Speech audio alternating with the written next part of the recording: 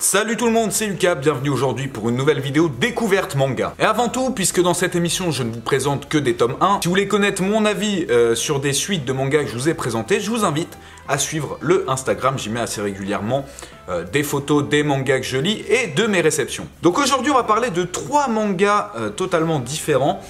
D'abord, Rikudo, un shonen seinen, un seinen de boxe. Pacte, un seinen un peu post-apocalyptique. Et Sherlock, tout simplement Sherlock. Ok, donc je viens de finir le tome 1 de Pacte. Au niveau de l'histoire, comment faire simple? Un groupe de terroristes a tout simplement placé des bombes d'azote dans les océans, en bordure des différents pays, et les fait exploser, et à la suite de ça, notamment les États-Unis sont entièrement recouverts d'eau. Bon, même si ça paraît très peu probable que toutes les États-Unis soient recouverts d'eau et pas le reste du monde, bon, ok, admettons. Et donc il y a 3 bombes azote près du Japon qui sont prêtes à exploser sous les 10 jours. On va donc envoyer une unité spéciale chargée de désamorcer la première bombe. Et malheureusement, tout ne va pas se passer comme prévu. Le personnage principal qu'on va suivre est en fait le tuteur d'une expert, d'une prodige dans le désamorçage de bombes, et il est là juste pour l'accompagner et la rassurer. Mais je peux pas vous en dire plus parce que sinon ça va vous spoiler. Alors franchement, on rentre très vite dans le bain.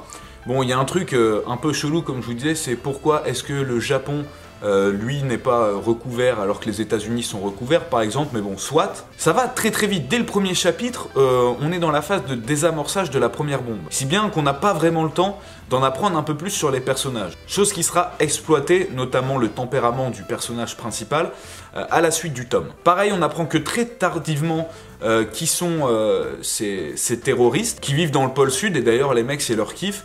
Au lieu de tout détruire directement, voilà, ils donnent un compte à rebours avec l'emplacement des bombes au pays pour voir comment ils vont se débrouiller. Bon, sur ça, ça reste un petit peu obscur, mais à mon avis, on en saura plus dans les prochains tomes, puisque c'est une série terminée en 5 tomes au Japon. Et donc on va suivre le personnage principal et d'autres persos, d'autres prodiges, qui vont donc essayer de désamorcer les bombes pour sauver le Japon. D'ailleurs, il y a un truc assez drôle, c'est que pendant un court instant, on voit les représentants de la Russie. Et comme d'habitude, alors je sais pas pourquoi cette caricature, mais on nous montre un mec un peu complètement fou avec des cicatrices et tout.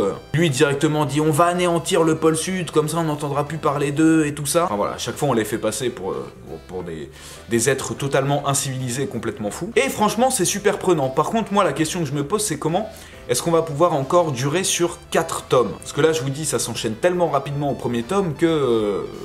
j'ai un peu peur de voir la suite. Et j'espère que ça traînera pas trop justement dans les prochains tomes. Après, au niveau du dessin, c'est clairement, mais vraiment clairement pas ouf. Alors il y a quelques planches bien faites, mais en général le visage des persos n'est pas super bien fait. Puis de toute façon le manga se passe dans l'eau, donc je veux dire on s'en fout des décors. Et ce récit comme ça un peu post-apocalyptique qui pourrait être réel, enfin outre mesure, bah ça m'a quand même plutôt pas mal intéressé. J'ai hâte de voir la suite et de voir comment est-ce que ces petits gars vont sauver le Japon et même en tout le monde. Et voilà, c'est pas un truc qui va révolutionner le genre, mais ça en reste pas moins intéressant et plaisant à suivre. Ok, donc je viens de terminer le tome 1 de Sherlock. J'ai aussi changé de pull entre temps, mais ça c'est pas grave. Et je dis bravo, un grand bravo, parce que en toute honnêteté, je pensais vraiment que j'allais me faire chier à la lecture de ce tome. J'avais essayé, il me semble, Arsène Lupin. Je dis peut-être une bêtise, et je trouvais ça ennuyant. Là, c'était le côté détective vraiment chiant. Et là, franchement, ça passe tout seul. Alors, déjà, il y a un truc très important à dire, c'est que c'est l'adaptation de la série télé. Alors, moi je regarde pas la série télé, donc je sais pas si ça reprend trait pour trait. Si genre le tome c'est un épisode, je ne sais pas. Pour l'instant, il y a 3 tomes qui sont sortis au Japon. Et donc on va suivre Sherlock, qui est un consultant pour la police, un petit peu même très spécial. Il adore résoudre des enquêtes, notamment lorsqu'il y a des meurtres, et il fait ça bénévolement. Ce qui attire donc forcément la curiosité des policiers, enfin pas vraiment la curiosité, mais qu'ils prennent pour un fou. Lui, il kiffe résoudre des enquêtes tout simplement pour se tester. Et il va faire la connaissance du professeur Watson, juste ici, qui est un ancien médecin qui revient d'Afghanistan ou d'Irak, je ne sais plus, un petit peu troublé, et qui va se retrouver comme ça colocataire de Sherlock. Il va donc tout au long de ce tome être amené à suivre Sherlock dans son aventure. Et tout le tome 1, en fait, c'est une seule et même histoire où ils vont devoir traquer un... Alors on sait pas trop si c'est un tueur, il y a des gens qui se sont suicidés, mais exactement de la même façon, surtout que c'était des gens normaux qui laissaient pas place au suicide en fait, et puis voilà, il s'avère qu'ils sont suicidés, donc ils trouvent ça un peu bizarre. Et je dois avouer que le personnage de Sherlock est vraiment super attachant. Déjà il est drôle, enfin drôle, un peu malgré lui, et son côté un peu bizarre, moi ça m'a bien plu. Tu sais pas trop au final si c'est un psychopathe ou un génie incompris. Ce que j'aime beaucoup aussi, c'est que Sherlock en fait, le mec, bon, c'est un génie, il arrive à tout deviner juste en observant, et on t'explique tout. C'est-à-dire qu'on donne d'abord la conclusion que fait Sherlock, merci Plume. Et après, on t'explique comment il a déduit tout ça. Même si des fois c'est un petit peu gros, c'est quand même sympa. Au niveau du dessin, c'est plutôt pas mal. Ça fait très réaliste, pas trop manga. Sûrement parce que c'est l'adaptation de la série télé, comme je vous ai dit. C'est en grand format. Le bouquin est plutôt cool, c'est assez grand, ça nous permet de bien lire et d'être bien confortable. Et très franchement, ça me réconcilie avec ce genre de manga d'enquête et d'inspecteur. Et je lirai bien entendu la suite. Waouh, je viens de lire Rikudo là, les gars. Oh là là là là. Alors, prendre une claque comme je viens de prendre en lisant un tome 1, c'est très rare.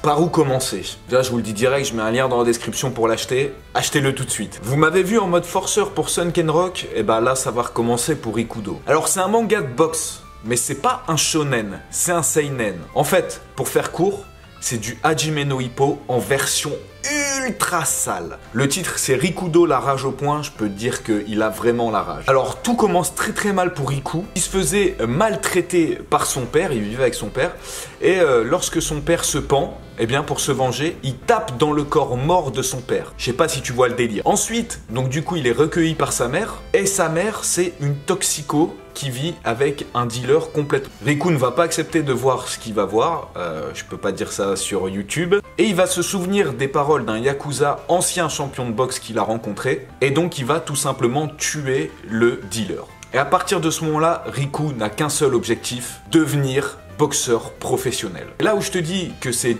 grave différent de Hippo, même si dans l'objectif c'est pareil, c'est que là c'est ultra sale. Il y a du sexe, il y a de la drogue, il y a du sang, il y a du vomi, des hémoglobines de partout. Et donc Riku va se faire entraîner par un vieux SDF qui a une vieille salle de boxe obscure, qui a entraîné justement ce yakuza que Riku a rencontré, qui à l'époque était champion poids léger, il me semble, d'Asie. Et d'ailleurs, dans ce tome-là, à la fin, il y a 7 ans entre le début et la fin du tome qui se passe, et Riku va passer son test pour devenir professionnel.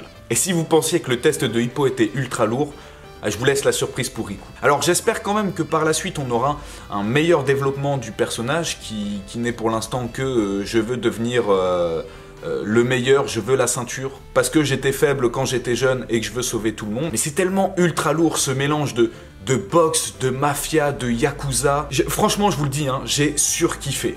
10 tomes sont sortis pour l'instant au Japon et...